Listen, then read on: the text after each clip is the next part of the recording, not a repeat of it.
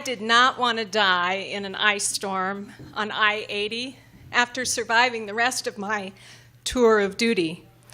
That was what my fiance's aunt had dubbed this epic road trip that Kevin and I were taking from Colorado out to Michigan via Ohio so that I could meet 3 sets of his aunts and uncles and cousins, and then spend my first Christmas with his parents and family.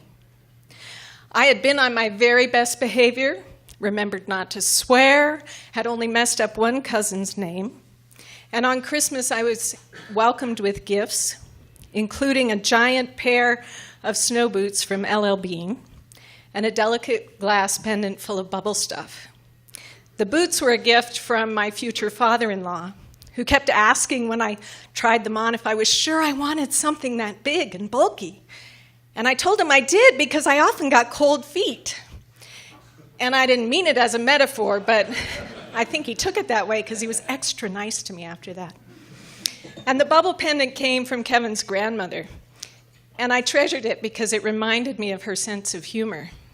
So everything had gone really well, and I was excited to be marrying into this family, and we'd gotten halfway home. We spent the night in Omaha and woke up in the morning to reports of icy roads out to the west.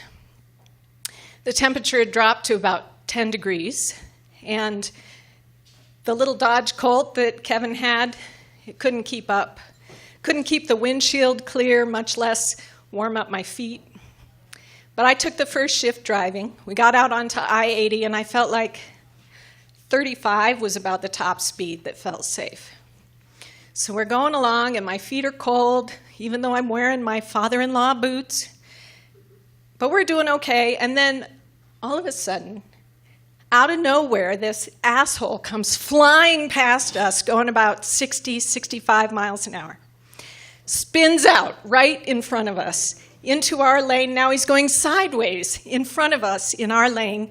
And everything in me wants to hit the brakes, but I know if I do that, we'll be going sideways too. So I'm trying to tap the brakes, but the boots are so big that I hit the brakes too hard and we slip, and then I try to downshift, but I've got 2 brakes and they keep hitting the wrong pedals. And finally, this guy, I'm thinking, shit, I don't want to die. I haven't even gotten to marry Kevin yet. And this guy hits another patch of ice, and he goes sliding back across his lane and into the median. And he's on all 4 tires, he's upright, and we don't stop to see if he's okay. There's a sign that says there's a rest area coming up. And I say, I'm pulling off.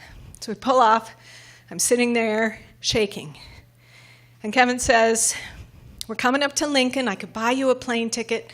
You could fly home. You'd be home in time for Christmas with your side of the family.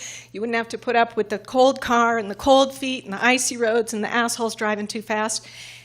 And I think about it, but I look at him and I say, no, if I get on a plane, I'm only going to worry until I see you again.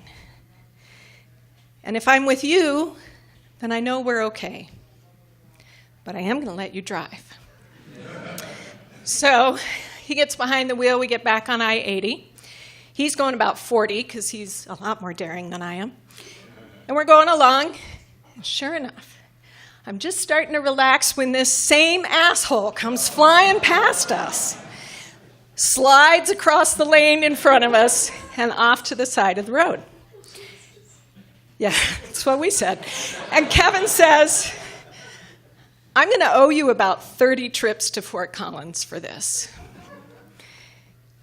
And I started to do the calculations. At that time, we were going up about once a month. So I'm thinking, 2.5, 3 years. Well, 26 years later, he's paid off those 30 trips many times over. We've been through the deaths of 3 of our 4 parents. We've been to weddings and reunions and funerals, and I would still, if it happened today, choose that freezing cold Dodge Colt trip with him rather than getting on an airplane. Because when we're together, I know we're okay. As it turns out, the only casualty of my tour of duty was the glass bubble pendant, which froze in the back of the car. And when I opened the box, the glass had totally shattered. But it turns out even that has a happy ending, because I wrote to the company to see about ordering a replacement, and they sent me a new one for free.